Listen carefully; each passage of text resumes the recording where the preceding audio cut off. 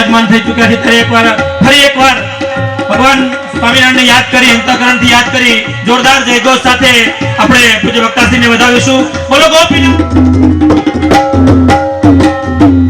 ભાઈ મોહનભાઈ માલવિયા સંતોનું પૂજન કરી રહ્યા છે ત્યારે બોલો ગોપીનાથજી મહારાજની જય.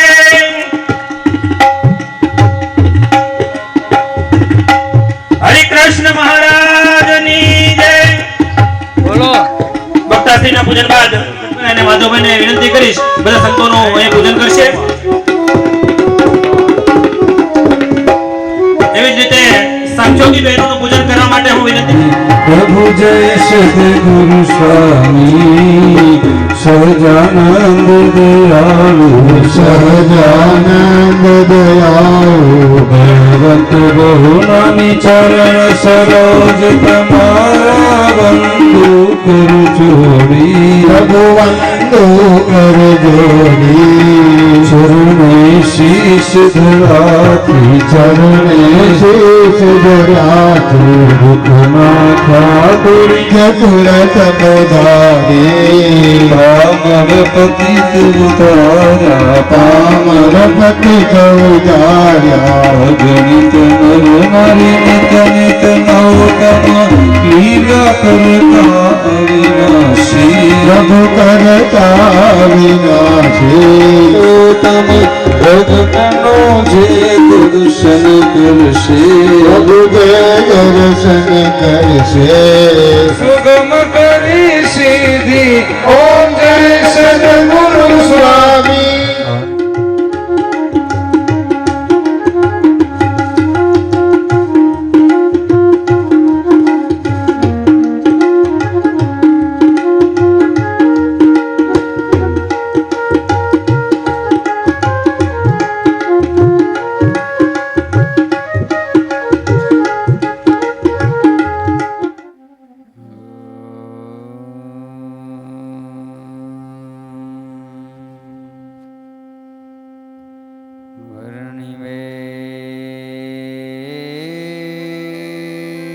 रमणीय दर्शन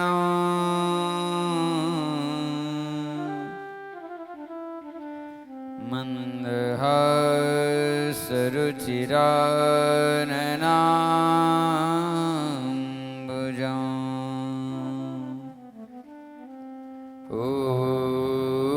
पूजितं सुरनरोत्तमैर्मुदा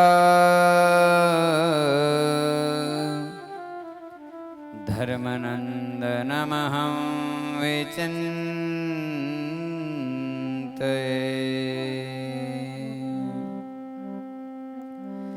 श्रूयतां देवदेवेश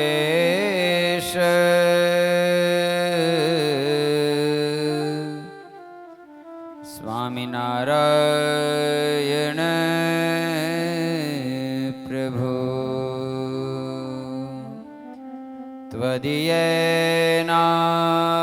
त्वदीयेनावधानेन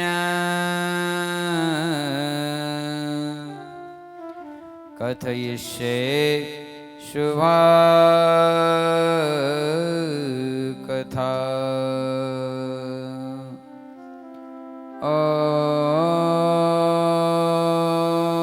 अवतारिणे श्री स्वामिनारायणाय नमो नमः. श्री हरि कृष्णाय घनश्यामाय नीलकंठाय श्री सहजानंद स्वामिने नमो नमः. बोलो स्वामिनारायण भगवान की जय. श्री गोपीनाथ जी महाराज की जय. श्री बालकृष्ण लाल की जय. श्री रामचंद्र भगवान की जय. श्री विघ्न विनायक देव की जय. श्री कष्टभंजन देव की जय. ओ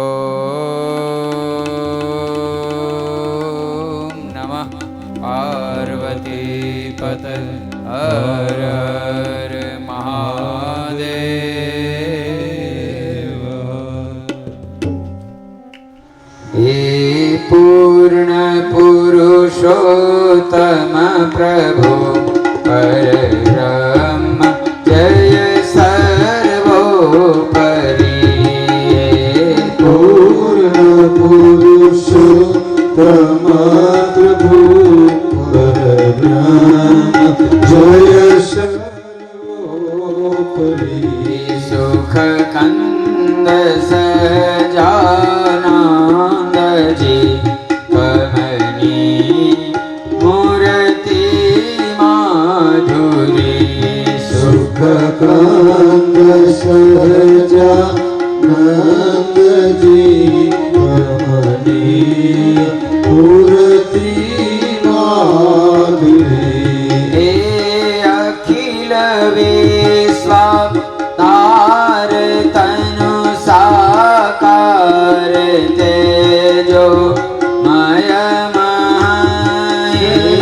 અખિલ વિશ્વ તાર તનુ સાકાર તેજો મયમાં ગણિત બ્રહ્માંડો યુડે તવ ધામ અક્ષરમાય હોવે પૂર્ણ પુરુષોત્તમ પ્રભુ પરબ્રહ્મ જય સર્વોપરી સે સકલ વિભૂતિ દિવ્ય શક્તિ આપમાંથી ઉતરી છે સકલ વિભૂતિ દિવ્ય શક્તિ આપમાંથી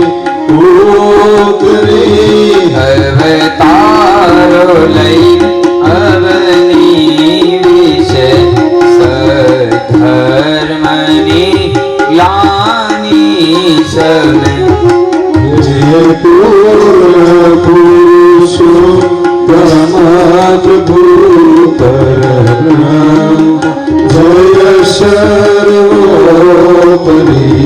નિજ ભક્ત કારણ રૂપ બહુ બહુ ધારીને વિચરો તમે નિજ ભક્ત કારણ રૂપ બહુ બહુધારીને વિચરો તમે ઉત્થાપી મૂળય ધર્મના સધર્મ સ્થાપ્યો છે તમે પૂર્ણ પુરુષોત્તમ પ્રભુ પરબ્રહ્મ જય સર્વોપરી આ સમયમાં સમાર્થ રૂપ ગુણ પ્રગટ પૂર્ણ કર્યા પ્રભુ સમયમાં સામર્થ રૂપ ગુણ પ્રગટ પૂર્ણ કર્યા પ્રભુ ભવમાં ભટકતા જીવનો અજ્ઞાન ધન હરવા વિભૂરે પૂર્ણ પુરુષોત્તમ પ્રભુ પરબ્રહ્મ જય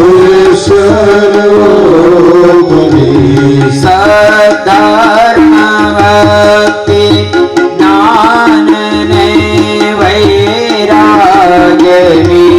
પુષ્ટિ કરી ધર્મ ભક્તિ જ્ઞાનને વૈરાગ્યની પુષ્ટિ કરી ભક્તજન પ્રતિપાલ રાખો શરણમાં કરુણા કરી પૂર્ણ પુરુષોત્તમ પ્રભુ પરબ્રહ્મ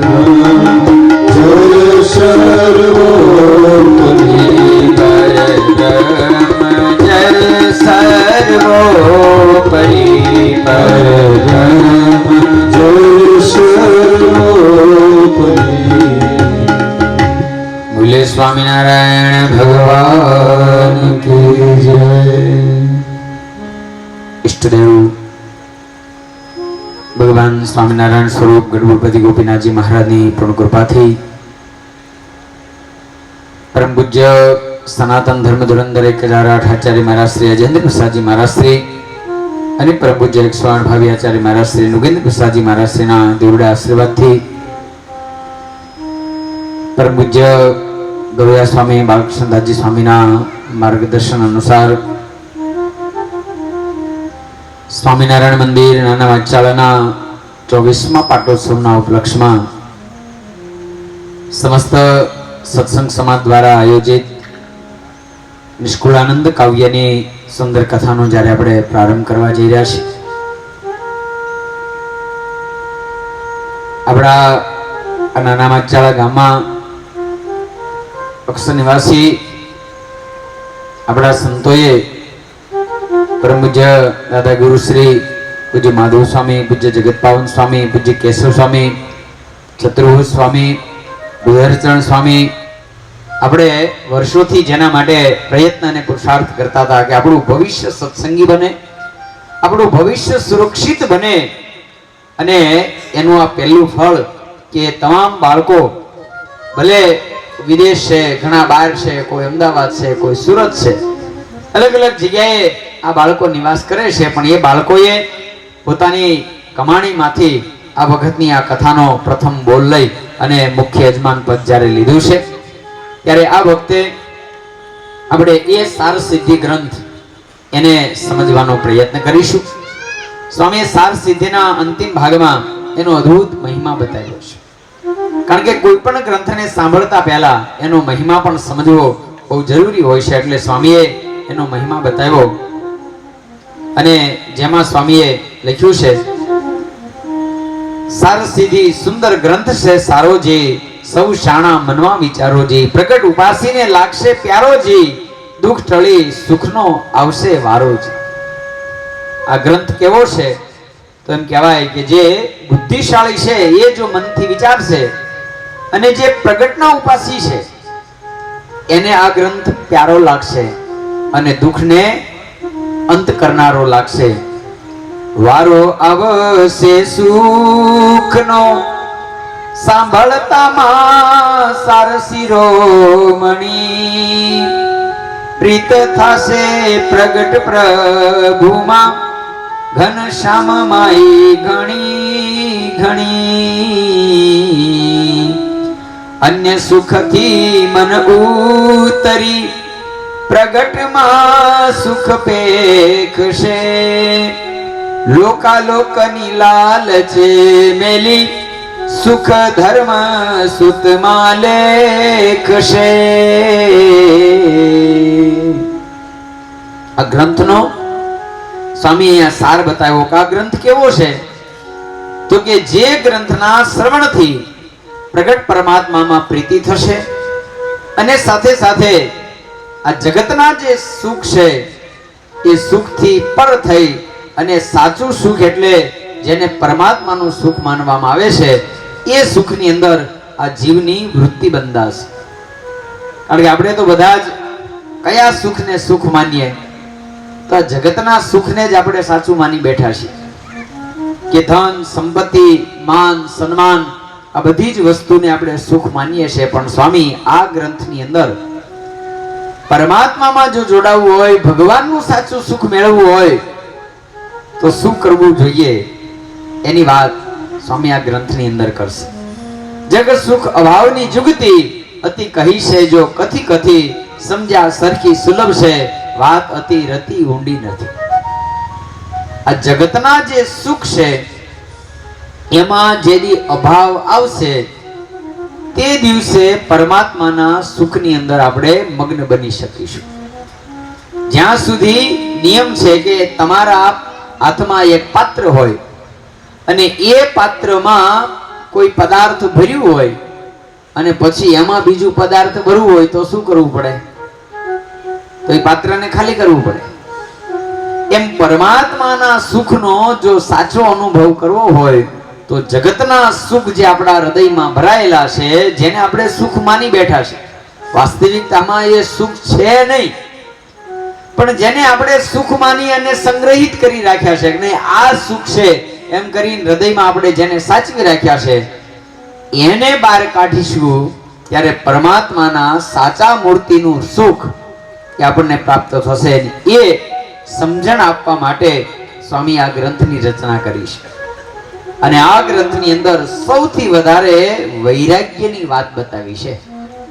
હમણાં વિનુપરી બાપુએ વાત કરીને કે સ્વામીનું જે અદ્ભુત પદ્ય છે, ત્યાગ ન ટકે વૈરાગ્ય વિના, એ જે પદ્ય છે એને સ્વામીએ આ ગ્રંથમાં વાસ્તવિકતામાં ચરિતાર્થ કર્યું છે. અને વૈરાગ્ય આવે કેમ એના માટેની બધી જ બાબતો એ સ્વામી આમાં બતાવી છે. અને સ્વામીને એવું માનવું છે કે આ જગતની અંદર સાચો સુખી એ જ છે જે સાચો વૈરાગી છે. જેના જીવનમાં વૈરાગ્ય પ્રાપ્ત થઈ ગયો એમ કહેવાય સરવાળે સાચા સુખનો ભોગતા બને છે. પણ એ વૈરાગ્ય ઉત્પન્ન કેમ થાય તો એનો અમારો રસ્તો બતાવ્યો છે. કોઈ સાચા સંતનો યોગ થઈ જાય, કોઈ ભગવાનનો સાચો સાધુ જડી જાય તો વૈરાગ્ય થાય, નકર એમનો વૈરાગ્ય થવો શક્ય નથી. અને એટલા માટે આ ગ્રંથની અંદર સ્વામીએ અસંત સંતની વાર્તા તેહ પણ કઈક કહી છે, સાંગો પાંગ સમજવા ઘણી ઘણી ગ્રંથોમાં રહી છે. અહીંયા સંતની વાત પણ બતાવી અને સાથે સાથે અસંતની પણ વાત બતાવી છે.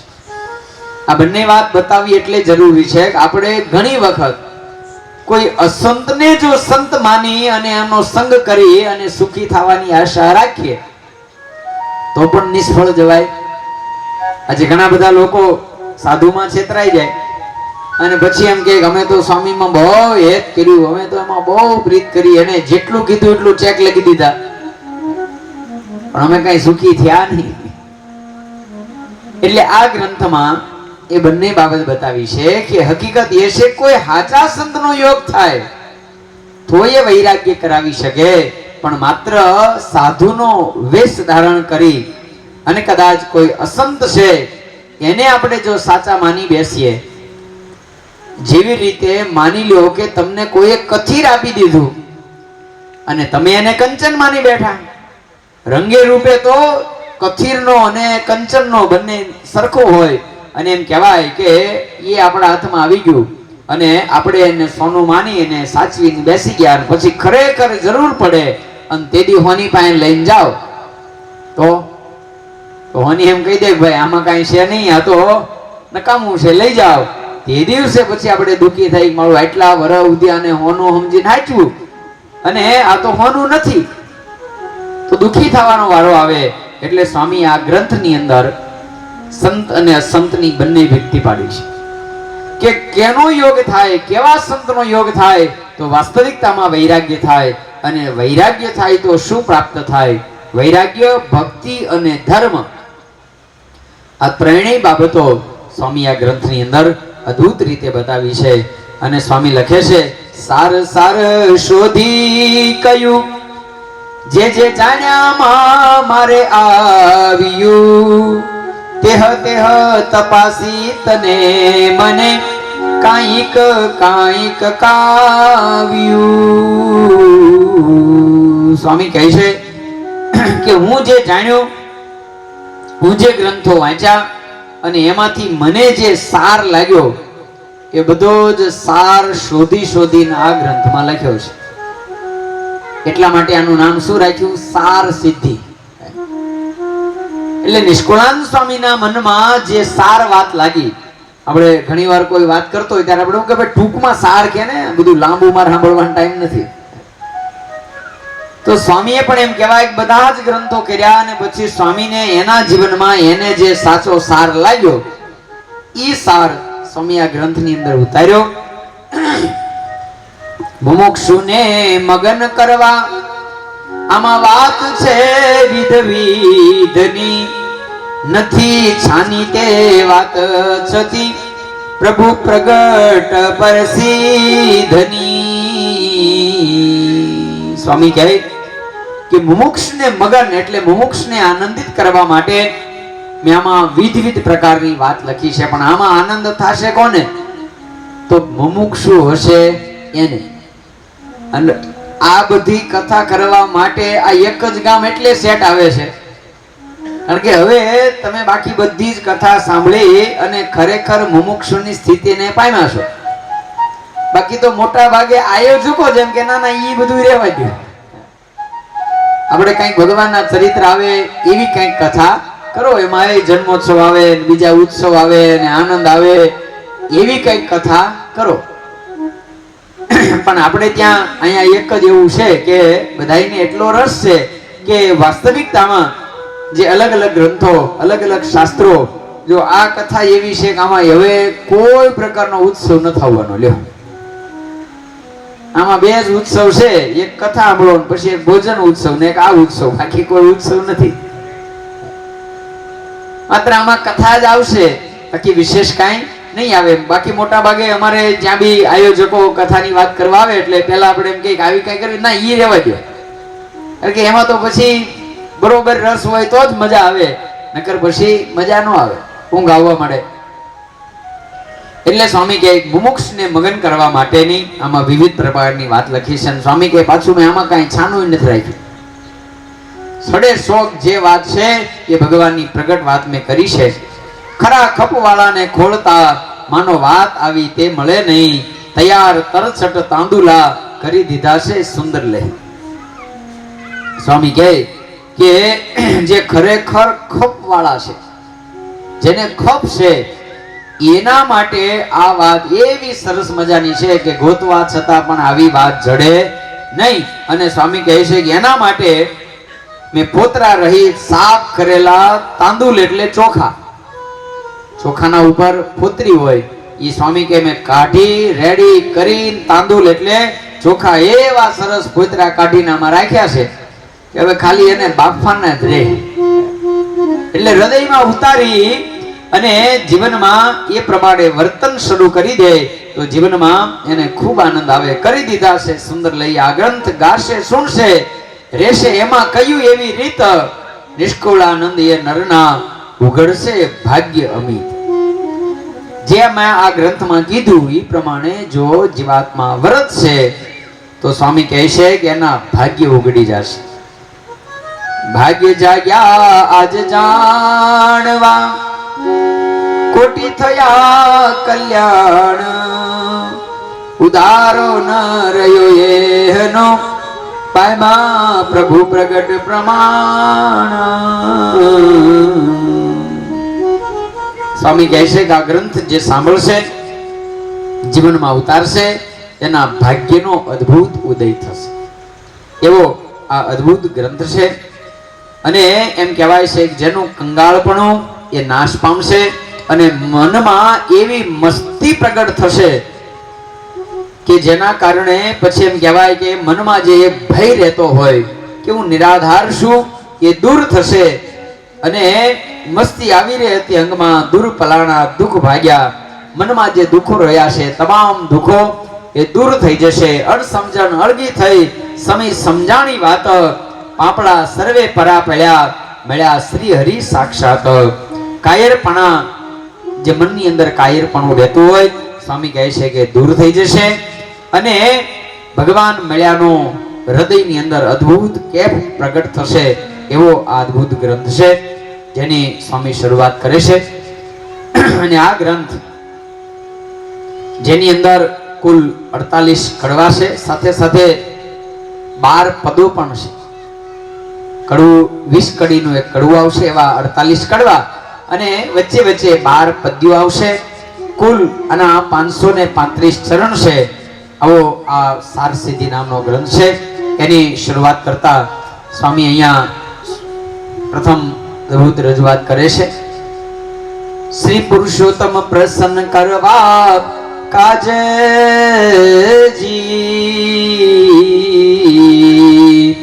શું શું જોઈએ આ જીવને સમાજજી,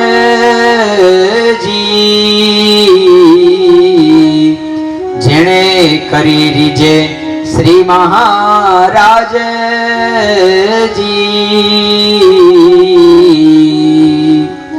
એવું શોધી સાર લઈ લેવું આજજી.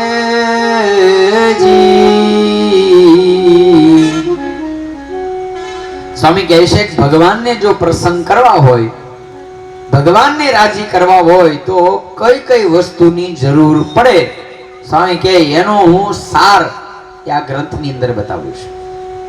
અને જગતના પ્રત્યેક જીવો એના જીવનમાં પ્રયત્ન કરતા હોય છે કે ભગવાનને રાજી કેમ કરાય. આપણે જગતના જીવને રાજી કરવાનો પણ આપણે રસ્તો ગોતીએ. જો કોઈ મોટો માણસ હોય એની પાસે કામ કઢાવવું હોય તો પછી આપણે કોઈ નજીકનો હોય ને એને પૂછીએ કે હું કરી દી રાજી થાય, તો પછી એમ કે હા એને આ વસ્તુ બહુ ગમે છે. અત્યારે મોટા ભાગે રાજી કરવાનો સીધો સરળ રસ્તો કયો થઈ ગયો? લક્ષ્મી જ્યારે ઓળખાણ કરાવી દો એટલે તરત રાજી થઈ જાય.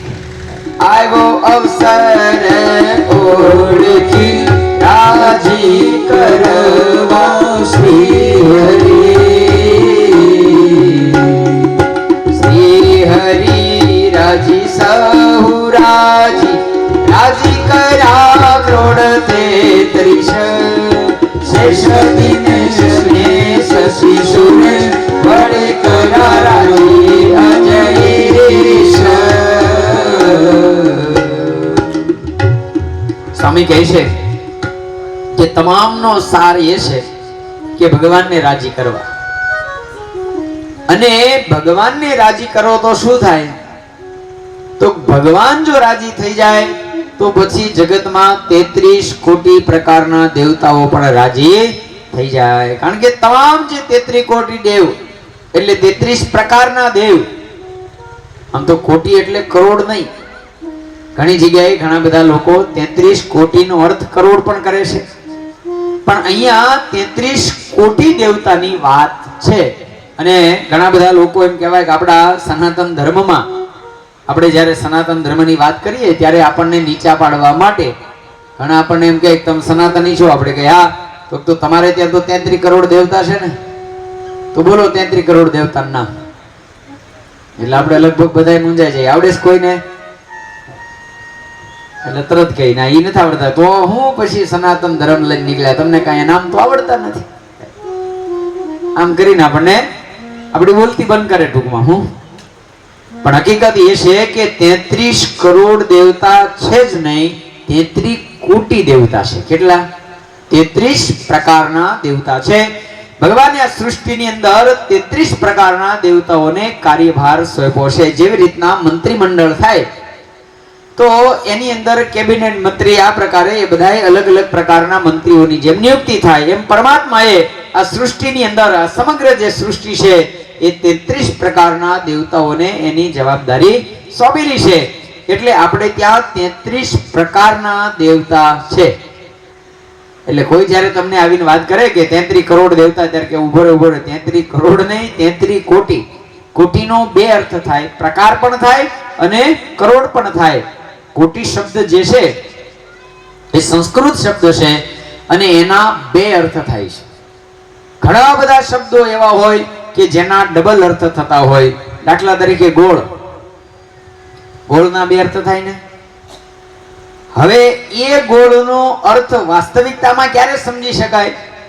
તો કે એના આગળ પાછળના જે શબ્દો છે એના આધારે એનો અર્થ થાય. હવે તમને કોઈ એમ કહે કે બજાવ 1 કિલો ગોળ લઈ આવો, તો એનો અર્થ શું થઈ ગયો? કે ભાઈ અહીંયા ખાવાના ગોળની વાત થાય છે.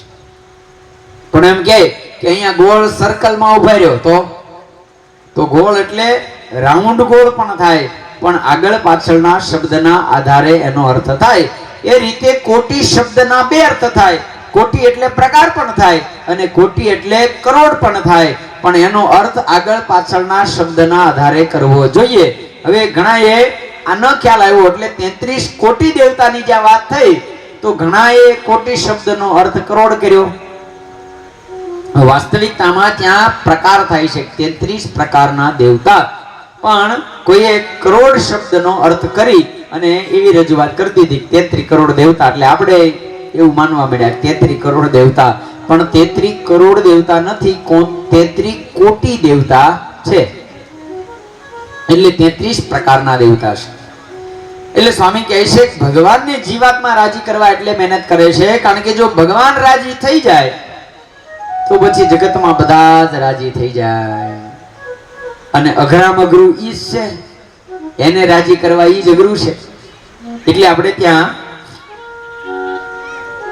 દ્રષ્ટાંત આવે છે કે એક રાજાએ એવી જાહેરાત કરી કે મારા રાજ્યની અંદર મારે તપાસ કરવી છે. એટલે એના રાજ્યમાં રાજા સિંહાસન ઉપર બેઠો, પછી એના પાછળના ભાગે એને અનેક પ્રકારની વસ્તુઓ ગોઠવી.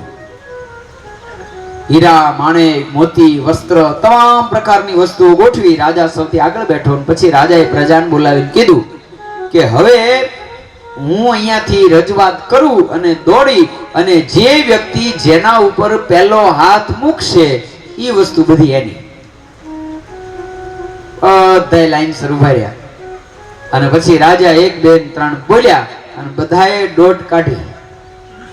હવે એ સમય એમ કહેવાય કે એક નાનું બાળક હતું, એ બધાય દોડ્યા અને વસ્તુ રાજાથી પાછળ હતી. એટલે બધાય જ્યાં વસ્તુ પાસે જાય એના પહેલા બાળકે જઈને રાજામાંથી હાથ મૂકી દીધા. એટલે રાજાએ ઓર્ડર કર્યો, ઉભો રહ્યો, કોઈ ક્યાંય કાંઈ અડતા નહીં. કેમ? તો કે હવે હું જ આનો થઈ ગયો તો પછી આ બધી વસ્તુ ઓટોમેટિક આની થઈ ગઈ. તમે બધા વસ્તુ લેવા દોડ્યા અને નાના બાળકે વિચાર એવો કર્યો કે હું રાજાની જ માથે હાથ મૂકી દઉં, રાજા જ મારો થઈ જાય તો એની વસ્તુ ઓટોમેટિક મારી થઈ જાય. એમ પરમાત્મા જો આવડા થઈ જાય તો આ જગતની બધી જ વસ્તુ ઓટોમેટિક આપણી થઈ જાય.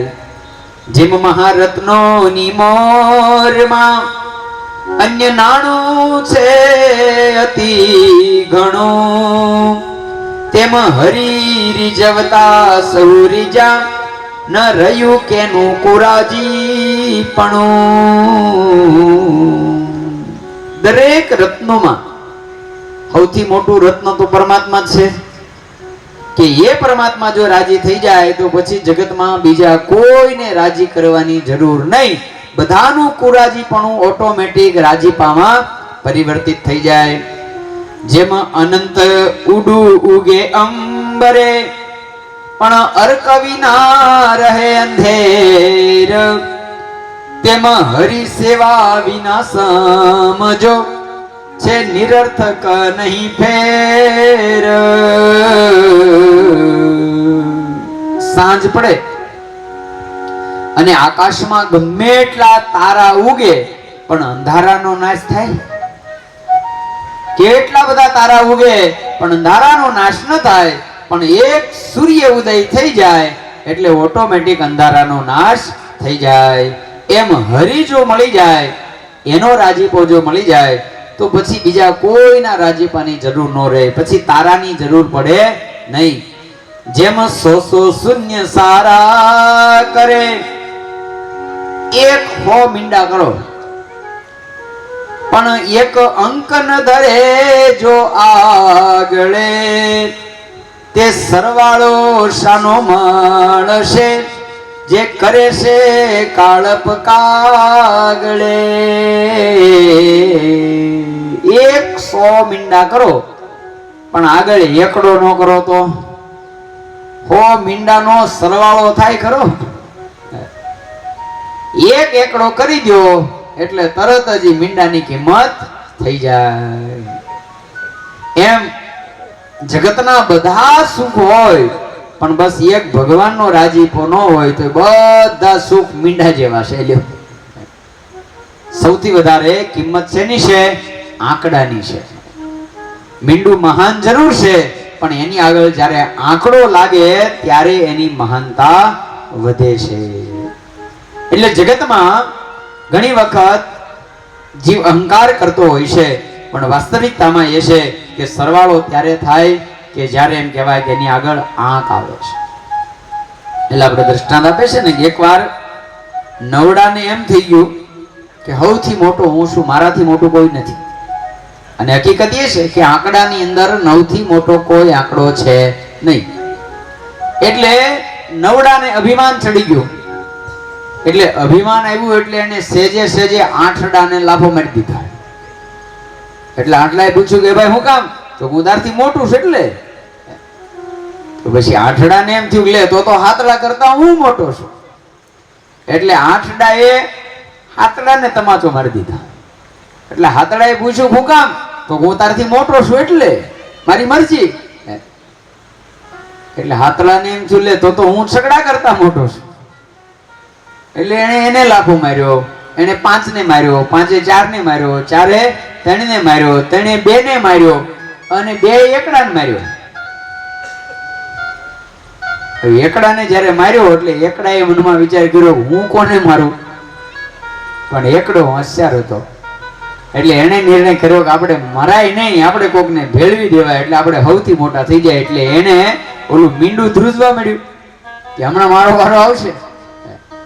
એટલે એકડાએ કીધું તું ઉપાધિ કરીમાં મારી ભેગો ગોઠવાઈ જાય. અને તરત જ મીંડું એકડાની બાજુમાં ગોઠવાઈ ગયું. એટલે 10 થઈ ગયા ને પછી 9 ને કીધું હવે તું અમારી વાહે, તું અમારાથી નાનો. એટલે કદાચ તમે ગમે એટલા મીંડા કરો પણ એકડો જો આગળ ન આવે તો એ મીંડાનું કોઈ મૂલ્ય નથી. એમ જગતના ગમે એટલા સુખ મેળવી લ્યો તો એ સુખનું મૂલ્ય ત્યારે થાય છે જ્યારે પરમાત્મા પ્રાપ્ત થઈ જાય. કારણ કે જગત ઘણીવાર એવું માનતું હોય કે આપણે પ્રયત્ન કરીએ, આપણે પુરુષાર્થ કરીએ એટલે બધું મળે. પણ હકીકત એ નથી. હકીકત એ છે કે માત્ર પુરુષાર્થ કરવાથી જો બધું મળી જતું હોત તો જગતની અંદર તમે તપાસ કરો, આપણે બહાર ક્યાંય ન જાય પણ તમે લગભગ બધા ખેડૂ બેઠા છો. હવે તમે વધારે સુખી છો કે તમારું ભાગ્ય વધારે સુખી છે? નક્કી કરો. સુખ કોને જાજુ? હવે જાજી મહેનત કોણ કરે? ખેતરમાં મહેનત જાજી કોણ કરે છે? તમારું ભાગ્યો કરે છે ને. સવારથી જાગીને સાંજ સુધી બધી મહેનત કરે. તમે તો એકવાર ભળભળિયું લઈને જાવ, આમ આટો મારીને હું હાલે જોઈને પાછા આવી આવો. બોલો. છતાંય મહેનત એ કરે અને સુખી તમે છો. જો માત્ર મહેનત કરવાથી સુખી થવાતું હોત તો તમે ટાંગા તોડીને જાત અને ઈ આમ 4 વ્હીલ લઈને આવત. હકીકત એ છે કે માત્ર પુરુષાર્થથી સુખી થવાતું નથી. એમાં જ્યારે પરમાત્મા ભળે ત્યારે સુખી થવાય છે. હા, એનો અર્થ એ છે કે પુરુષાર્થ જરૂર છે પણ સાથે સાથે એમાં પરમાત્મા પણ ભળવા જોઈએ. એકલા પુરુષાર્થથી જો સુખી થઈ જવાતું હોત તો પછી તમારું ભાગ્ય સુખી હોત ને તમે દુખી હોત. એટલે પરમાત્માની પણ જરૂર પડે છે. તેમ એક હરીને પર હરે, બીજી કરે ચતુરાઈ કોટ, તેને માથા ભરે ચાલે માર્ગે, જેમ જેમ ચાલે તેમ ખોટ. એક પરમાત્મા એને જો તમે મૂકી દો અને પછી એમ કહેવાય જગતની કરોડો તમે ચતુરાઈ કરો તે તો દિશા ભ્રમ થઈ ગયા જેવી વાત છે. જેમ જેમ ચાલે એમ એમ ખોટ. એકવાર તમે દિશા ભૂલી ગયા, તમે રસ્તામાં જાવશો અને મગજ ફરી ગયું, દિશા ભૂલાઈ ગઈ અને પછી હાલવા મળો તો જેટલા વધારે હાલો એટલો ફાયદો કે નુકસાન? રસ્તો ઓળો પકડાઈ ગયો અને પછી તમે જેટલા વધારે આગળ જાઓ એટલું પાછું રિટર્ન આવવાનું થાય. માટે અન્ય ઉપાય અળગા કરી રાજી કરીએ રૂડે રમાપતિ, નકી નિશાન ન ચૂકીએ સમજી વિચારી શુભમતી. સ્વામી કહે છે કે માટે અન્ય તમામ ઉપાયને અળગા કરી અને રમાપતિ એટલે રમા એટલે લક્ષ્મી, લક્ષ્મીના પતિને રાજી કરવા અને ઈ નિશાન ચૂકવું નહીં. એક નિશાન નક્કી કરવાનું છે. કયું? તો ભગવાનને રાજી કરવા ઈ નિશાન આપણે નક્કી કરવાનું છે અને એ નિશાન ચૂકવું નહીં. નિશ્ચય એમ નિર્ણય કરી ખરી કરી લઈએ વળી ખોજ, નિષ્કુળાનંદ તો પામીએ મન માની મહારાજની મોજ. સ્વામી કહે કે મનમાં નિશ્ચય કરવો શેનો? તો ભગવાનને રાજી કરવા છે. અને એ રાજી કરવાનો જે રસ્તો છે એ ગોતવો, અને એ રસ્તો જો મળી જાય તો પછી મનમાની મહારાજની મોજ મળે. લ્યો, જગતની મોજ છે એ જુદી છે, અને ભગવાનની મોજ જુદી છે. પ્રભુ પ્રસન્ન કરવા કરે છે ઉપાય જી, જુજવા જુજવા આ જગ માયજી, જેવી રુચિ જનની જેવો અભિપ્રાય જી, તે વિના બીજું કરે નહીં કાયજી. હવે સ્વામી અહીંયા બતાવે છે જગતના લોકો ભગવાનને રાજી કરવા માટે કેટલા ઉપાયોથી ભગવાનને રાજી કરે છે. એ બધા ઉપાયોનું સ્વામી વર્ણન કરે છે કે વર્ષોથી એટલે કે યુગોથી ભગવાનને રાજી કરવા માટે આ બધા ઉપાયો પ્રસિદ્ધ છે. કયા કયા ઉપાયો? તો સ્વામી કહે છે કોઈ કહે જપે હરિ રીજ છે. સૌથી વધારે ઉપાય જગતમાં કયો પ્રસિદ્ધ છે? તો કે ભગવાનને જો રાજી કરવા હોય તો ભગવાનના નામનો જપ કરો. અને કલિયુગની અંદર તો સૌથી શ્રેષ્ઠ આ સાધન બતાવવામાં આવ્યું છે. નહીં કલી કર મન ભગતિ વિવેકુ, નહીં કલી કર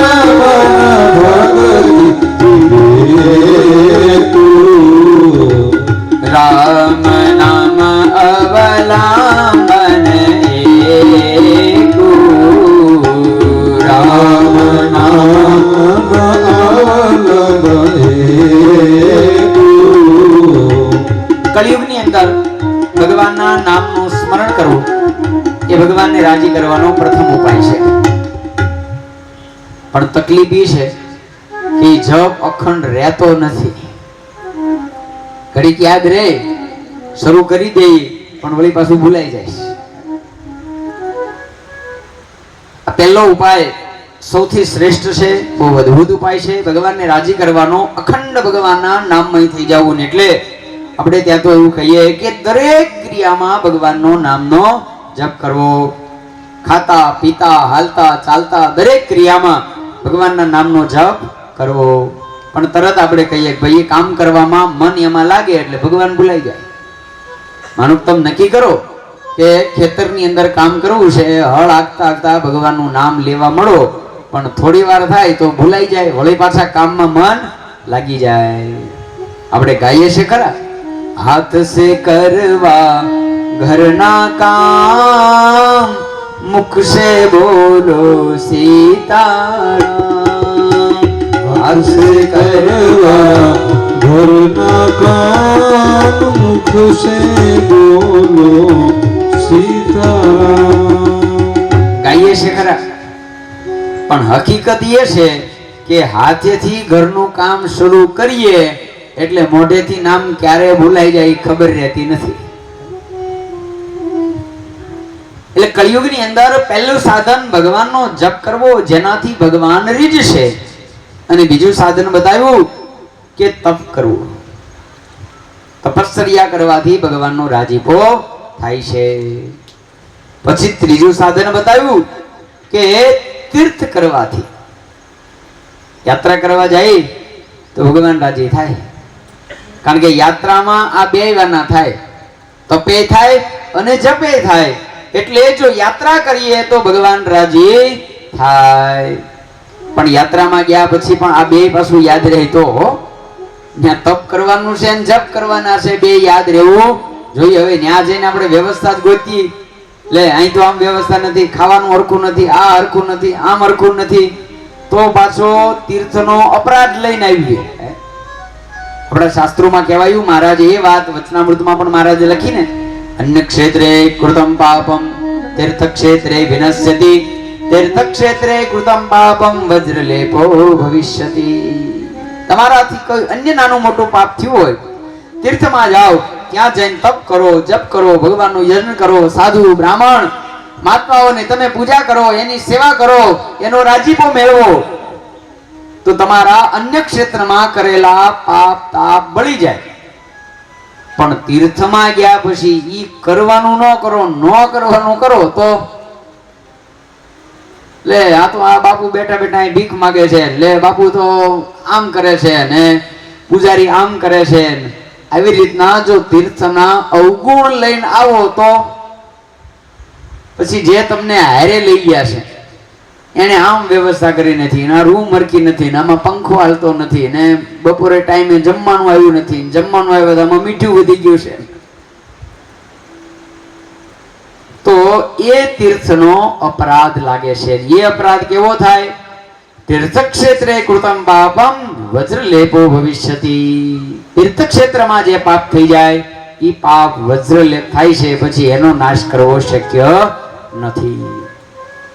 આપણા શાસ્ત્રોમાં તીર્થના કુલ 22 અપરાધ બતાવ્યા છે. તમે તીર્થની અંદર જ્યારે જાઓ ત્યારે 22 પ્રકારના અપરાધથી સાવધાન રહેવું જોઈએ. તો તીર્થથી ભગવાન રાજી થાય છે, ત્યાં જપ તપ આ બધું થાય છે, પણ સાથે સાથે આ સાવધાની છે. કોઈ કહે તર્ત તીર્થથી રાજી થાશે દીન દયા. ત્યાર પછી ચોથો ઉપાય બતાવ્યો કે ભગવાનને રાજી કરવા માટે યજ્ઞ કરો, એટલે કે મંત્ર દ્વારા. આપણે ત્યાં એવું કહેવાયું છે મંત્રાધીનઃ દેવતા. તમામ જે દેવતાઓ છે મંત્રને આધીન છે, અને તમે એનું યજન કરશો, એનું યજ્ઞ કરશો તો એ દેવતાઓ સહિત પરમાત્મા પણ એમ કહેવાય યજ્ઞથી રાજી થાય છે. પણ એ તો અઘરું કામ છે. 3 કલાક યજ્ઞની સામે, યજ્ઞમાં અગ્નિદેવની સામે બેહવાનું, એને આહુતિ આપવાની, એ પછી ભૂખ્યા પેટે આપવાની, ફરાળ કરવું પડે, ધોતિયું પહેરવું પડે, અને ગોરદાદા માવો ન ખાવા દે, એટલે બધું અઘરું પડે. એટલે કોઈ કહે છે જોગ જગ્ન કરતા પ્રસન્ન થશે પરબ્રહ્મ. ભગવાનને રાજી કરવા માટે યજ્ઞ યાગાદિક જો કરવામાં આવે, તપ કરવામાં આવે તો પરમાત્માનો રાજીપો થાય, પણ એ કઠિન લાગે છે. કોઈ કહે વ્રત નિયમ રાખતા શ્રી હરિ થશે સુગમ. તો કોઈ કહે છે ભગવાનને રાજી કરવા હોય ને તો વ્રત અને નિયમ બરાબર પાળો તો ભગવાન રાજી થાય. વ્રત એટલે આપણે જેને એકાદશી, નોમ, જન્માષ્ટમી આ બધા વ્રત કરીએ, અલગ અલગ બધા વ્રત આવે, ચાતુર્માસના વ્રત આવે, એ બધા વ્રત કરીએ, અને પછી જે શાસ્ત્રોએ નિયમો બતાવ્યા છે કે આમ કરવું આમ ન કરવું, આ બધા નિયમોનું પાલન કરીએ તો ભગવાન રાજી થાય. સાથે સાથે તો પહેલાના સમયમાં તો કોઈ એવું પણ કહેતા હતા, કોઈ કહે કરવત લીએ. પહેલાના સમયમાં કાશીમાં કરવત ચાલતો હતો કે છેલ્લી અવસ્થા આવે અને જીવને કલ્યાણ કરવું હોય તો એમ કહેતા હતા કાશીએ જઈ અને કરવત મુકાવતા તો સેજે સેજે એનું કલ્યાણ થઈ જાય. તો સીધે કમળ પૂજાથી કામ. તો કોઈ એ સમયમાં એવું કહેતા કે કમળ પૂજા કરો તો ભગવાન રાજી થાય ને થાય. અને રાવણે આ કર્યું હતું. રાવણે શિવજીને પ્રસન્ન કરવા માટે એને પોતાના મસ્તકનું બલિદાન આપ્યું. એકવાર નહીં 10 વખત શિવજીના ચરણમાં એને માથા ચડાવ્યા તો 10 માથા અમર થઈ ગયા, અને આપણે એને દશાનનના નામથી ઓળખીએ છીએ. એટલે એ સમયમાં આ બધા રસ્તા હતા જે સ્વામી નોંધાવે છે કે ભગવાનને રાજી કરવા માટેના આ બધા અલગ અલગ માર્ગો છે. હવે એમાંથી કયો માર્ગ પકડવો એ આપણે જોવાનું છે. હવે આમાંથી તમે બરોબર યાદ રાખતા જજો કે આપણે કયો રસ્તો હારો પડશે. આપણે અહીંથી માનો ગઢડા જવું હોય તો આપણે પૂછીએ ને કે કયો રસ્તો હારો છે, તો તમે કહેશો કે એક કામ કરો, ઓલે રસ્તે જ ન આવતા આ રસ્તે જ આવજો, ત્યાં રસ્તાને કામ હાલે છે, ત્યાં રસ્તામાં ખાડા કર્યા છે.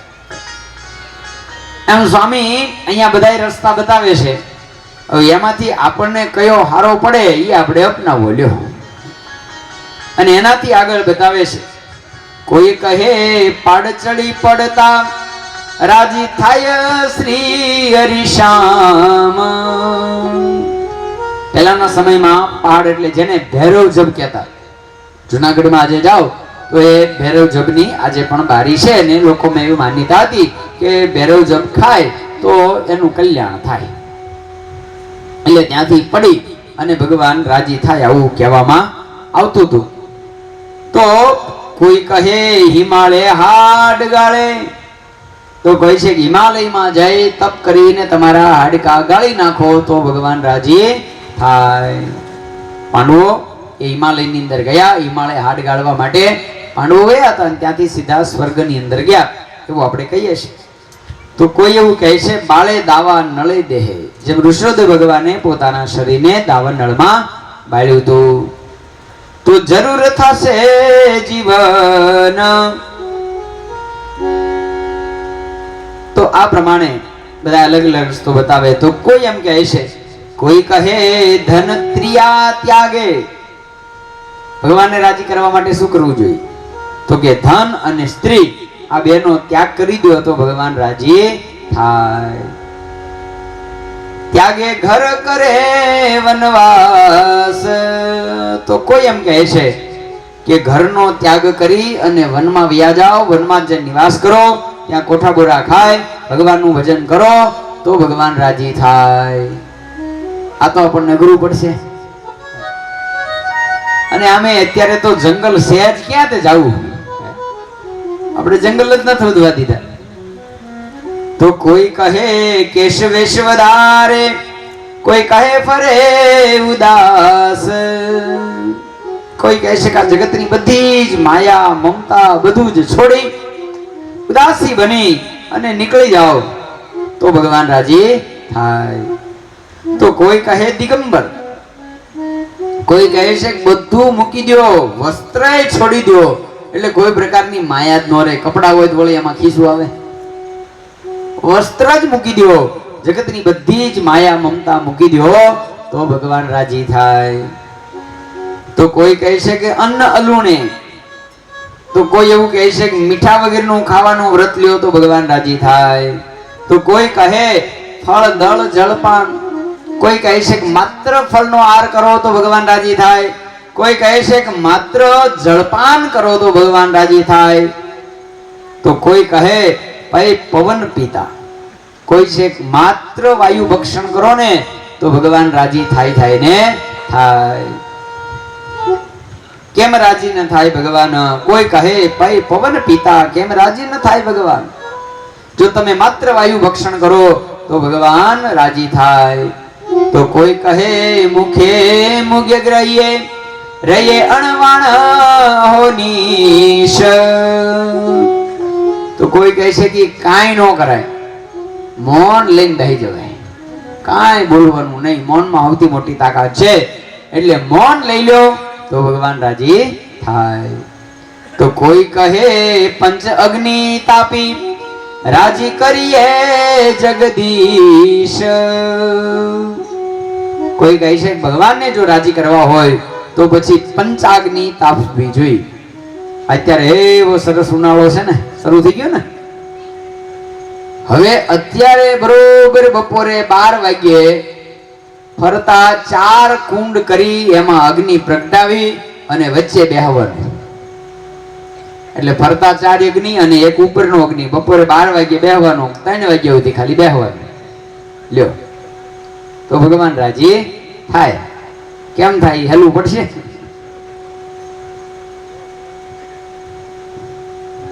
એહ વિના અનેક ઉપાયે રાજી કરવા ઈચ્છે છે રામ, નિષ્કુળાનંદે ભક્ત ભલા પણ નક્કી નથી નિષ્કામ. સ્વામી કહે છે કે આ સિવાય પણ ભગવાનને રાજી કરવાના જગતમાં અનેક ઉપાયો પ્રસિદ્ધ છે, પણ મોટા ભાગે આ બધા જ ઉપાયો એ એક તો ભગવાનનો ખરેખર ભગવાનનો ભક્ત હોય એ કરે છે, અને વધારેમાં વધારે કોણ કરે છે? તો જેની કાંઈક કામના છે. આ બધા ઉપાય એ કોણ કરે છે? આ કઠોર સાધના કોણ કરે છે? તો જેના મનમાં કાંઈક કામના છે. પણ આ તમામ સાધનમાં સૌથી શ્રેષ્ઠ સાધન કયું છે? તો કે નિષ્કામ ભક્ત છે, જેને કાંઈ જોતું જ નથી, એક ભગવાનના રાજીપા સિવાય જેને કાંઈ જોતું નથી, આવા ભક્તો ગોતવા અઘરા છે. લ્યો, માનો કે આપણે માળા કરી, કાંઈક નિયમ લઈ કે હું દર શનિવારે મહાદેવજીને જળ ચડાવીશ, હનુમાન ચાલીસાના પાઠ કરીશ, પણ કાંઈક ની કાંઈક કામના હોય. કે મારું આ કામ થઈ જાય ને તો ભીમનાથ મહાદેવને ત્યાં હું આમ કરીશ.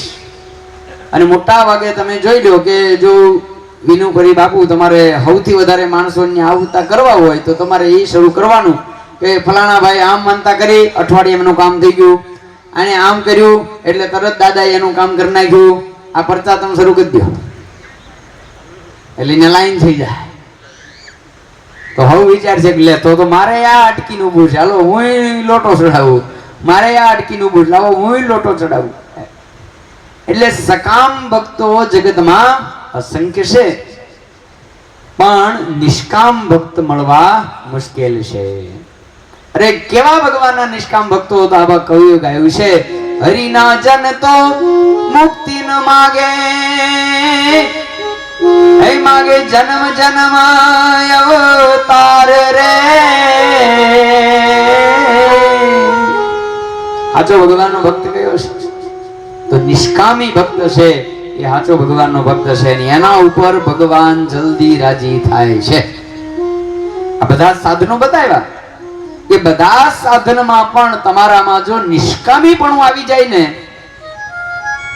તો ભગવાનનો જલ્દી રાજીપો થાય. બાકીના બધા સાધન આપણે કરીએ છીએ પણ મોટા ભાગે એમાં આપણે કાંઈ ને કાંઈ ઈચ્છા હોય છે કે હું જપ કરું, તપ કરું, વ્રત કરું, યાત્રા કરું, આ કરું તો મને આ મળશે. એમાંય આપણે તો એમ કહેવાય વેપારી કરતા આપણે એક ડગલું આગળ છે. બોલો, વેપારીને આપણે કોઈ વસ્તુ લેતી દેતી કરીએ તો તમે લેવા માટે જાઓ તો એ શું કે આટલા પૈસા મૂકો એટલે તમને જોખી દો. તમે શાકભાજી કે કોઈ વસ્તુ કે ઘઉં કે અનાજ લેવા માટે જાઓ એટલે એની દુકાને જઈને પૂછો ભાઈ આ કેરીનો શું ભાવ છે, એટલે એમ કે આટલા રૂપિયા કિલો છે, એટલે તમે નોટ મૂકો એટલે તરત જોખીને તમને આપે. પણ ભગવાનની આગળ આપણે વેપારી કરતા એક ડગલું આગળ નીકળે. આપણે ભગવાનને માનતા કરી કેવી રીતને કરી ગયે ભીમનાથ મહાદેવ મારું આ કામ થઈ જાય તો હું લોટો ચડાવીશ. એટલે મહાદેવજીને પેલા આપણું કામ કરી દેવાનું, પછી આપણે એનું કામ કરીએ જાણે એ તરસ્યા રહી જતા હોય. આપણે લોટો ન ચડાવી જાણે એ તરસ્યા રહેવાના હોય એમ ભગવાન હારે આપણે કેવો વ્યવહાર કરીએ કે ભગવાન પહેલું કામ તું મારું કર તો હું તારું કામ કરું. ગોપીનાથજી મહારાજની માનતા કરી પણ કેવી કરીએ કે હે ભગવાન મારે આ એક થોડી મુશ્કેલી છે, છોકરાને આ તકલીફ છે, એને નોકરી લાગી જાય તો 12 મહિનાની ગરડાની તમારી પૂનમ ભરીશ. લ્યો, એટલે પહેલા ઠાકોર જે જવાનો એ આપણી પૂનમનું કામ પૂરું કરે પછી આપણે પૂનમ શરૂ કરી, અને એમાંય પાછી આપણે તો ડુલરા પડે. ક્યારેક કા કામ આવી જાય તો કે તો કાંઈ નહીં આવતી પૂનમે જ આવું. લ્યો, અહીંયા સાચો ભક્ત કોણ છે? કોઈ કે ઈચ્છે રાજ સાજ રિદ્ધિજી, કોઈ કે ઈચ્છે સુરપુર પ્રસિદ્ધિજી, કોઈ કે ઈચ્છે મુક્તિ ચૌવિધિજી, એમ સુખ સારું સૌ ધોટ દીજીજી. મોટા ભાગે જે કાંઈ ભક્તિ કરે છે બધાય કાંઈ ને કાંઈ કામનાથી છે. એમ ધોટ સુખ સારું દીધી, કીધી મોટા સુખની આશ, અલ્પ સુખથી મન ઉતારી, નિત્ય દેહ દમે છે દાસ. ભગવાનનો સાચો દાસ કોણ છે? તો કે જગતના નાના નાના સુખથી પોતાના મનને ઉતારી અને માત્ર ભગવાનને રાજી કરવા માટે જે ઉપાય કરે છે એ સાચો ભગવાનનો ભક્ત છે, ને એના ઉપર ભગવાનનો સાચો રાજીપો થાય છે. સહે છે સંકટ શરીરમાં, ફળ મળવા સાંધી છે ફાળ, જાણ્યું રીઝવી જગદીશ ને, પામો અભય વર તત્કાળ.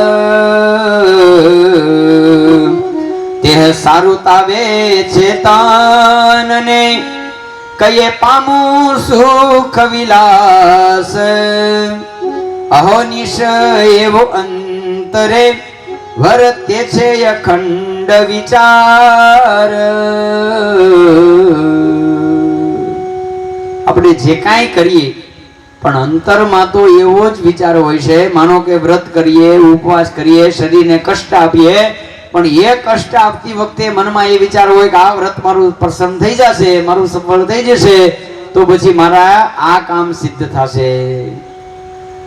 માનો કે આપણે કોઈ સાધુ સંતને જોઈએ તો એ સાધુ સંતને વંદન શું કામ કરીએ છીએ? બોલો. આપણે કોઈ સંતને કે કોઈ મહાત્માને એને પગે લાગીએ છે શા માટે? એની દાઢી સરસ છે ને એના કપડા સરસ છે ને એટલે નહીં. આપણા મનમાં કામના છે કે એની પાસે તપની સિદ્ધિ પડી છે, એને પગે લાગશું, રાજી થઈ જાય, માથે હાથ મૂકશે તો આપણું બધું હરખું થઈ જાય. લ્યો, આ વાસ્તવિકતા છે કે આપણે બધા જ સરવાળે કાંઈ ને કાંઈ પામવા માટે જ પ્રયત્ન કરીએ છે. થોડું દઈ અને જાજુ મેળવવાની કામના છે.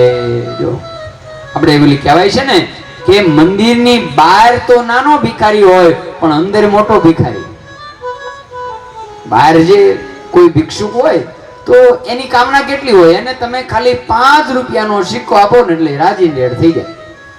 પણ પછી આપણે અંદર જઈ અને કેટલા માંગી તો ભગવાન મનમાં વિચાર કરે ને આના કરતા તો ઓલો નાનો છે, 5 રૂપિયામાં રાજી જો, તું 5 લાખ માંગશો લે કે મારે ઓલા પોપડાની માથા કોઈ ડાલે છે, ભગવાન કાંઈ ખરકું કરી નાખો તો 5 લાખનો લાભ થયું છે.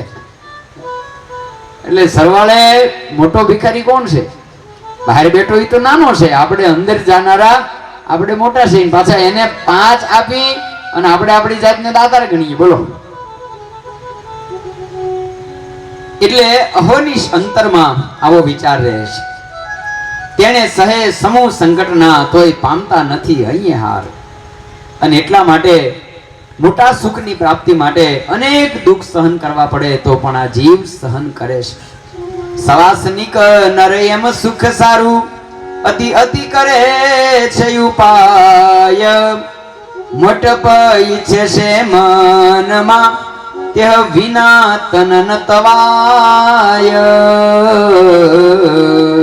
સવાસનિક જેટલા ભક્તો છે એ જે કાંઈ કષ્ટ સહન કરે છે એ કાંઈક મોટપની મનમાં કામના છે. અને ઈ કામના જો વહી ગઈ તો તમને ભગવાન ઓટોમેટિક રાજી થઈ જાય, બિલકુલ વાર લાગે નહીં. અને એમાં સૌથી વધારે અમારી જેવા કે કાંઈક તપ કરીએ, કાંઈ વ્રત કરીએ, ઉપવાસ કરીએ તો હકીકત એ છે કે અમે જે કાંઈ કરીએ તો અમે ભગવાનને રાજી કરવા કરીએ. પણ હવે એ સમય નથી રહ્યો. હવે તો અમે જે કરીએ શું કામ કરીએ કે ભાઈ 5 જણાને પાછી ખબર હોવી જોઈએ કે સ્વામી અખંડ ઉપવાસ કરે છે. હવે તો સ્વામી ચાંદ્રાણી કરે તો એ ચાંદ્રાણી ખુલે એની આખી પત્રિકા છપાય. લે બધાને આમંત્રણ આપવામાં આવે કે સ્વામી ચાંદ્રાણી મૂકે છે એટલે પાછા બધા આવજો, ઉત્સવ રાખ્યો છે, બધા હાર ધોરા કરે, સ્વાગત કરે, સન્માન કરે કે સ્વામી ચાંદ્રાણી પૂરું કર્યું. કે સ્વામી છેલ્લા 6 મહિનાથી મૌનમાં બેઠા હતા, હવે સ્વામીનું મૌન ખુલ્લું થાય છે એટલે બધાય ભક્તો પધારજો અને સ્વામીનું મૌન ખુલશે. એટલે હકીકત એ છે કે સ્વામી એટલે લખે છે કે સવાસનિક ભક્ત છે એ કષ્ટ સહન કરે છે પણ પાછળ કાંઈ ની કાંઈ કામના છે. અતિ આગ્રહે આદરી કરે પ્રભુને પ્રસન્ન. પછી માગે સુખ શરીરનું એવા પણ અજ્ઞાની જાન. સ્વામી કહે છે કે આ જગતમાં અતિ કઠોર તપ કરી અને પછી છેલ્લે માગી માગીને શરીરનું સુખ માગે એવા પણ અમુક અજ્ઞાની છે. એવું નથી બધા જ ભગવાનનો રાજીપો માગે એમ કહેવાય. કેટલું સહન કરી, તપ કરી, કઠોર સાધના કરી અને ભગવાનને રાજી કર્યા હોય, એ ભગવાન જ્યારે રાજી થાય ત્યારે ઘણા એવા જીવો મળે કે જે એમ કહેવાય કે એ સમયે શરીરનું સુખ માગે. અને સ્વામી અહીંયા દ્રષ્ટાંત આપે છે. નિર્વાસિકની કવિના નરને સમૂહ માગતા સુજે નહીં. જો તમે નિષ્કામી ભક્ત નથી તો ભગવાન રાજી થઈ જાય તો એ વખતે તમને હરખું માગતા આવડે નહીં. જેમ વાણા કરે વપુ વાણા કરનો માગ્યું કાશીએ કરવત લઈ. સ્વામી કહે છે કે વાણાકર એટલે એક મોચી ભગત, એને એવું સાંભળ્યું કે કાશીએ કરવત લઈ તો આપણી મનની ઈચ્છા પૂરી થાય. એટલે એને મનમાં વિચાર કર્યો કે આમ તો કાંઈ આપણી મનની ઈચ્છા પૂરી નહીં થાય, માટે હાલો આપણે કાશીનો કરવત લઈ અને આપણા મનની ઈચ્છા પૂરી કરીએ. હવે એમાં ઘરે માથાકૂટ થઈ અને એ માથાકૂટમાં પછી એને પાકું કરી લીધું, હવે જે થાય તે આપણે કાશી જઈને કરવત ખાવીશ. આમ કરીને કાશી આવ્યો. હવે કાશીની અંદર જ્યારે આવ્યો એટલે એ સમયે ત્યાંનો નિયમ છે કે કરવત આપતા પહેલા એને પૂછવામાં આવે, જેમ ફાંસીએ ચડાવે ત્યારે પહેલા પૂછે ને કે ભાઈ બોલો તમારી અંતિમ ઈચ્છા શું છે. એટલે ત્યાં કાશીએ જ્યારે કરવત આપવામાં આવતો તો એ સમયે ત્યાંય પૂછવામાં આવે કે ભાઈ બોલો તમારી અંતિમ ઈચ્છા શું છે, અને જે ઈચ્છા હશે એ પ્રમાણે તમને આગલા જન્મમાં પ્રાપ્તિ થશે. એટલે કાશીનો કરવત જ્યારે ખાય ત્યારે એને એની અંતિમ ઈચ્છા પૂછવામાં આવે. હવે એ સમયે આને પૂછ્યું કે બોલ તારી અંતિમ ઈચ્છા શું છે. એટલે એ સમયે આને મનમાં વિચાર કર્યો કે મારી અંતિમ ઈચ્છા હું શું માંગુ. અને ઈ જ્યાં મનમાં વિચાર કરે છે એટલે એને વિચાર થયો કે માગવું હોય તો આમ તો આ જગતમાં સૌથી વધારે સુખીમાં સુખી કોણ. એટલે મનમાં વિચાર થયો કે લાવી એક કામ કરું, મોટો ખેડૂતનો અવતાર મળે આવું માગું. આપણી કેટલી બધી જમીન હોય ને હજારો વીઘા જમીન હોય, મોટો ખેડૂત થાવ. આમ મનમાં વિચાર થયો તો વળી પાછો વિચાર આવ્યો મોટો ખેડૂત થાય તો પાછી જમીન હાચવવી ને એમાં જો ભાગ્યા વયા જાય ને એમાં પાછો કટાણે વરસાદ આવે અને એમાં કઈક જીવાત થાય તો બધો મારો પાક ફેલ જાય ને વળી દુખી થાય. એટલે મોટો ખેડૂત નથી થવું તો શું થવું, એના કરતા મોટો શેઠ થવાનું માંગુ કે કાંઈ ઉપાધિ ને સરસ મજાના ગાદી તકિયા ગાલ મચુરિયા આ બધું હોય, એ નોકર ચાકર આ બધી સુવિધા હોય એટલે મોટો શેઠ થવાનું મગાય. કાંઈ ઉપાધિ નહીં, એ દુકાનને પાટીએ બેઠા બેઠા બધું તોડી દેવાનું જોકી દેવાનું સીધા ગણીને લઈ લેવાના, એટલે શેઠ થવાનું મગાય. પણ વળી મનમાં વિચાર થયો કે મોટું શેઠ થાવ તો ગાડી ને લાડી ને બંગલો ને પુત્ર ને પરિવાર આ બધું મળે એ વાત તો સાચી, પણ એમાંય મુશ્કેલી માનવ ધંધો બરોબર નો હાલે, કારીગરો બરોબર કામ ન કરે, એમાંય કારીગરો હડતાલ પાડે, કઈક અનાજ બગડી જાય, દુકાનમાં આગ લાગી જાય તો વળી શેઠ ને દુખી થવાનો વારો આવે. એટલે શેઠ નથી થવું તો સૌથી સુખી તો આ જગતમાં રાજા છે. માટે એક કામ કરું, રાજા થવાનું માંગુ ને તો કોઈ પ્રકારની મુશ્કેલી નહીં. હોનાના સિંહાસન ઉપર બેહવા મળે, ગાદી તકિયા ગાળ મચુરિયા ઓર્ડર કરી એમ આખા દેશમાં આપણો ઓર્ડર હાલે. એટલે નિર્ણય કર્યો કે રાજા થાય ને તો મજા આવી જાય, એટલે રાજા થવાનું માંગુ. પણ વળી મનમાં વિચાર થયો કે રાજા થવામાં ક્યાં હક છે, ઓળી કોક બાજુના રાજવાળો ચડાઈ કરે તો એને યુદ્ધ કરવું પડે, એમાં કઈક અંગ ભંગ થઈ જવાય અને જો બળ્યો હોય તો આપણને મારી હોત નાખે. અને આ તો માળું વેતું જ રે, એક રાજાની યારે યુદ્ધ કરીને એને હરાવી પાડો બીજો રાજા આવે, ઈ વળી હરાવે, એને હરાવી દે બીજો આવે ઈ હરાવે. એટલે રાજાની જિંદગી તો યુદ્ધમાં જ વહી જાય. એટલે બાંધવામાંથી જ ઉષા નો આવી. એટલે એને વિચાર કર્યો કે ના રાજા નથી થવું. પછી એને બધી બાજુ વિચાર્યું, અનેક બાજુ વિચાર્યું, પણ અંતે એને એમ થયું એના કરતા મોચી શું ના હારું છે,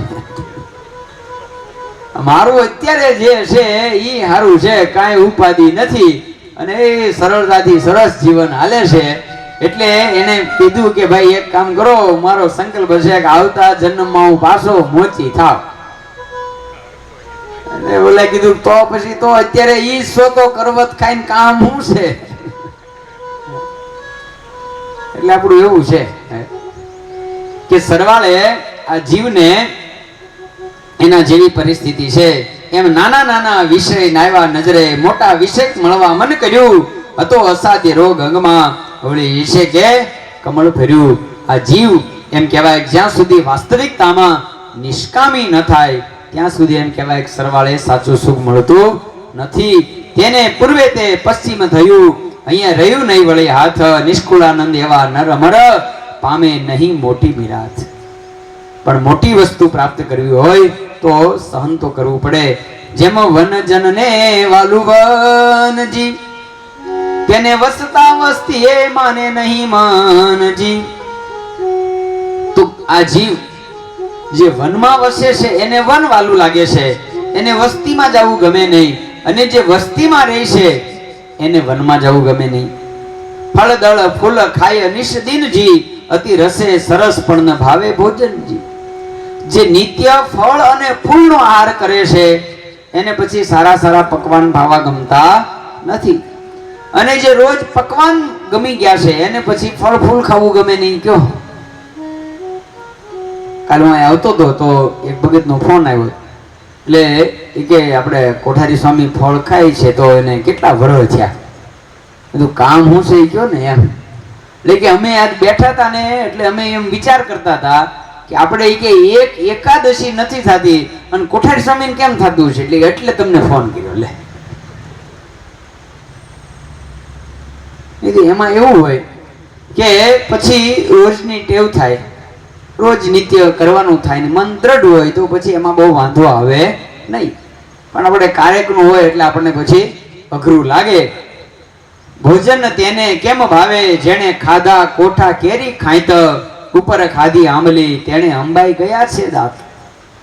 માનો તમને ભોજન કરવું છે પણ એ ભોજન બહુ સરસ હોય, સ્વાદિષ્ટ હોય, બધું બરાબર પણ હોય, પણ એમાં તમે માનો કોઠા ખાધા હોય અને પછી ઉપર કેરી, કોઠા ખાધા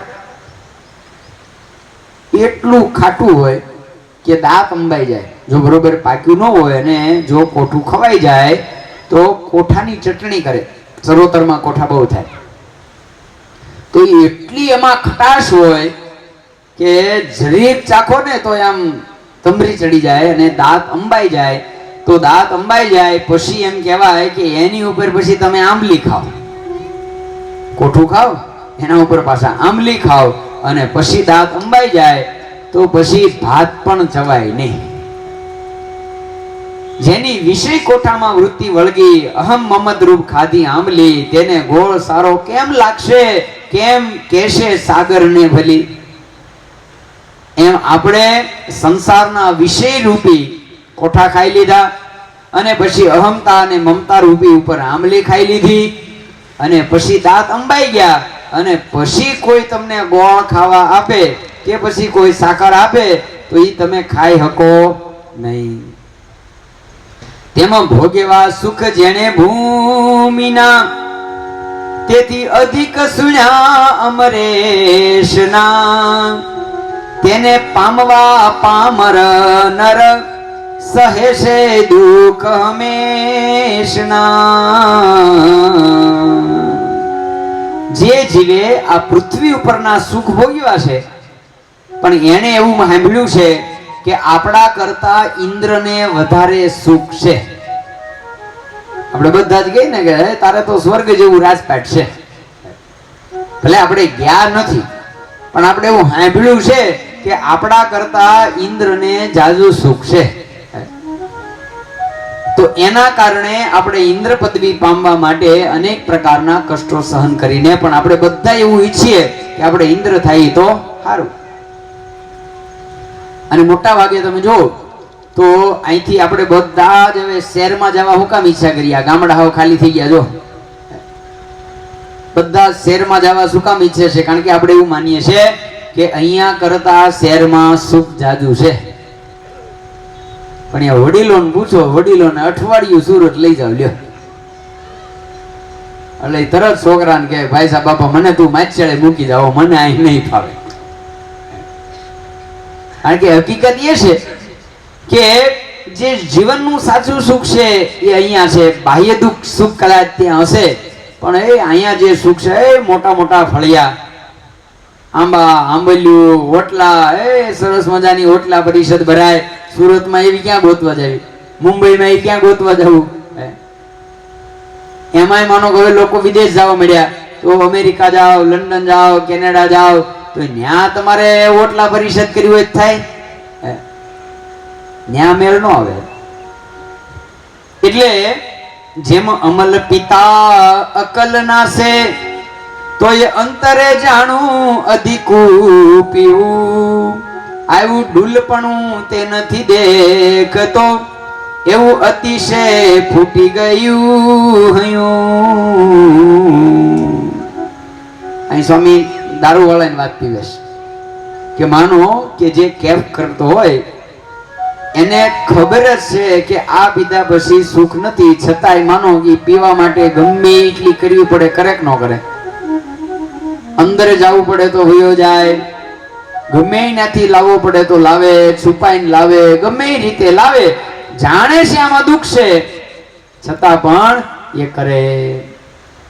માનો આપણે માવા વાળા છે થોડા એ બધા જાણે છે કે નહીં આમાં દુઃખ છે, ઓપરેશન કરાવવું પડે, મોઢું કપાઈ જાય તોય પાછું જેવું હરકું થાય એટલે તરત પાછો કાકરો વહેતું કરે લ્યો. થોડી ઉપાધિએ પણ નથી ઠેકાણું, ઘણી ઉપાધિ કેમ ન ગુચવશે, સુકુ રણ ઉતરે સમર્થ નથી તો કેમ ઉતરશે રણ જારે વસે.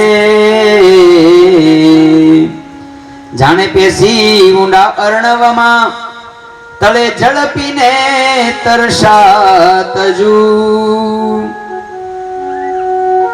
પણ બહુ દુઃખ છે બાર આવતા તે પણ તપાસીએ ગજુ.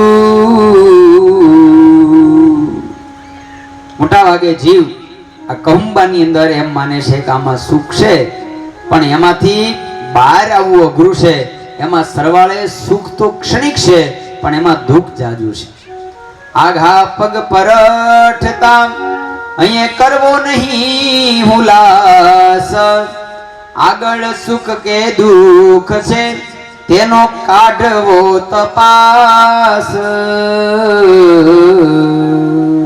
આ બધી જ વસ્તુ કેફી દ્રવ્યો એ ક્ષણિક જીવને સુખ લાગે, પી જાય એટલે પછી મસ્તીમાં વ્યા જઈએ એટલે કાંઈ ખબર ન રહે.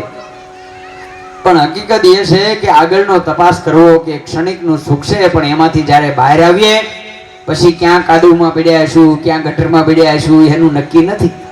એટલે પછી તો દુઃખ જાજુ છે અને લોકોને ખબર પડશે કે આ તો પીવે છે એટલે સમાજ તમારો ભરોસો કરશે નહીં, તમારી વાતમાં વિશ્વાસ કરશે નહીં. પછી તમે ન પીધો હોય ને એમ કહો ના ના મેં આ પીધો નથી તો કે આ તો પીધેલી આઈટમ છે, આનો કોણ ભરોસો કરે?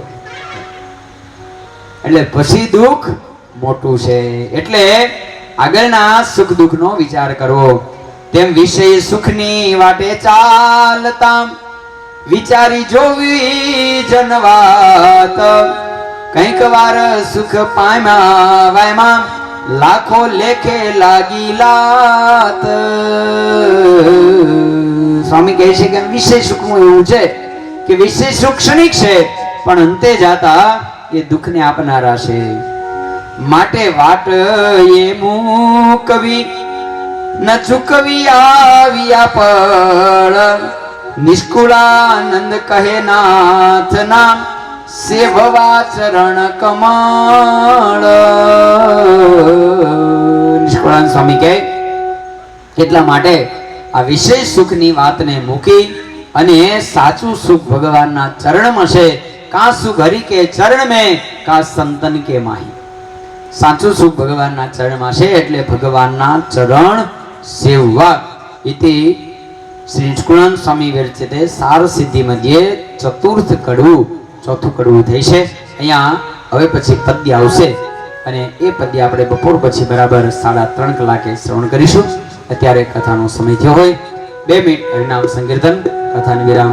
સ્વામી નારાયણ નારાયણ નારાયણ, સ્વામી નારાયણ નારાયણ નારાયણ, લક્ષ્મી નારાયણ નારાયણ નારાયણ, લક્ષ્મી નારાયણ નારાયણ નારાયણ, નર નારાયણ નર નારાયણ, નર નારાયણ નર નારાયણ, બદ્રી નારાયણ નારાયણ નારાયણ, બદ્રી નારાયણ નારાયણ નારાયણ, શ્રીમન નારાયણ નારાયણ નારાયણ, શ્રીમન નારાયણ નારાયણ નારાયણ, સૂર્ય નારાયણ નારાયણ નારાયણ, સૂર્ય નારાયણ નારાયણ નારાયણ, સ્વામી નારાયણ સ્વામી નારાયણ, સ્વામી નારાયણ સ્વામી નારાયણ, રામચંદ્ર ભગવાન વિઘ્ન વિનાયક કષ્ટભંજન દેવ.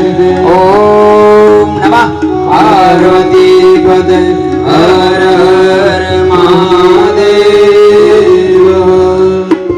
તો જે ભક્તોને લાભ લેવો હોય એ ભક્તોએ ત્યાં તે કાઉન્ટર ઉપર પોતાનું નામ નોંધાવી દેવું.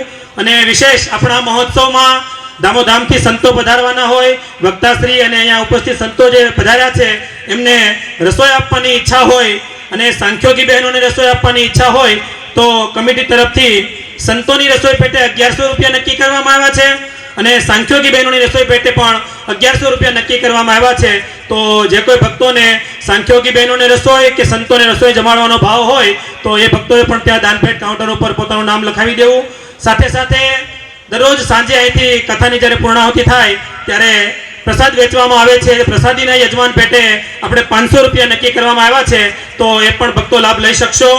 અને ખાસ સમસ્ત સત્સંગ સમાજ તરફથી કથા શ્રવણ કરવા આવતા દરેક ભક્તોને નમ્ર વિનંતી કે બધા ભક્તો માટે અહીંયા બપોરે અને સાંજે એમ બંને ટાઈમ ભોજન પ્રસાદની વ્યવસ્થા રાખવામાં આવી છે. તો કોઈ પણ ભક્તો પ્રસાદ લીધા વગર જવાનું નથી. ગામના હરિભક્તો હોય કે બહાર ગામથી કોઈ મહેમાન આવ્યા હોય તો ખાસ લક્ષમાં રાખજો. આજુબાજુ બધા બેઠા હોય તો મહેમાનોને પણ કહેવું કે બધા ભક્તોએ મહેમાનોએ અને ગ્રામજનોએ પ્રસાદ લીધા વગર જવાનું નથી. વિશેષ આપણા મહોત્સવમાં સુરતથી અને અમદાવાદથી જે ભક્તો પધાર્યા છે એ ભક્તોનું નામ અહીંથી હું જાહેર કરું. એ દરેક ભક્તો પૂજ્ય વક્તાશ્રી પાસે પધારશે અને આશીર્વાદનો હાર સ્વીકારશે. ઝડપથી જે ભક્તોનું નામ બોલાય ભક્તો પૂજ્ય વક્તાશ્રી પાસે પધારશે, આશીર્વાદનો હાર સ્વીકારશે. આ દરેક ભક્તોને એકવાર જોરદાર તાળીઓથી વધાવી લઈએ. બહાર ગામથી મહેમાનો પધાર્યા છે એમને પણ સહર્ષ અમે નાના માત્રા સત્સંગ સમાજ આપની સહર્ષ નોંધ લે છે અને વિશેષ સમસ્ત સત્સંગ સમાજ નોંધ લે છે અને વનરાજભાઈ કોઠીવાલની પણ અહીંયા સત્સંગ સમાજ નોંધ લે છે.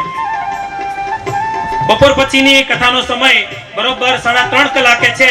તો બધા ભક્તો 3:15 કલાકે આ સભા મંડપમાં ખાસ હાજર થઈ જશો એવું નમ્ર નિવેદન.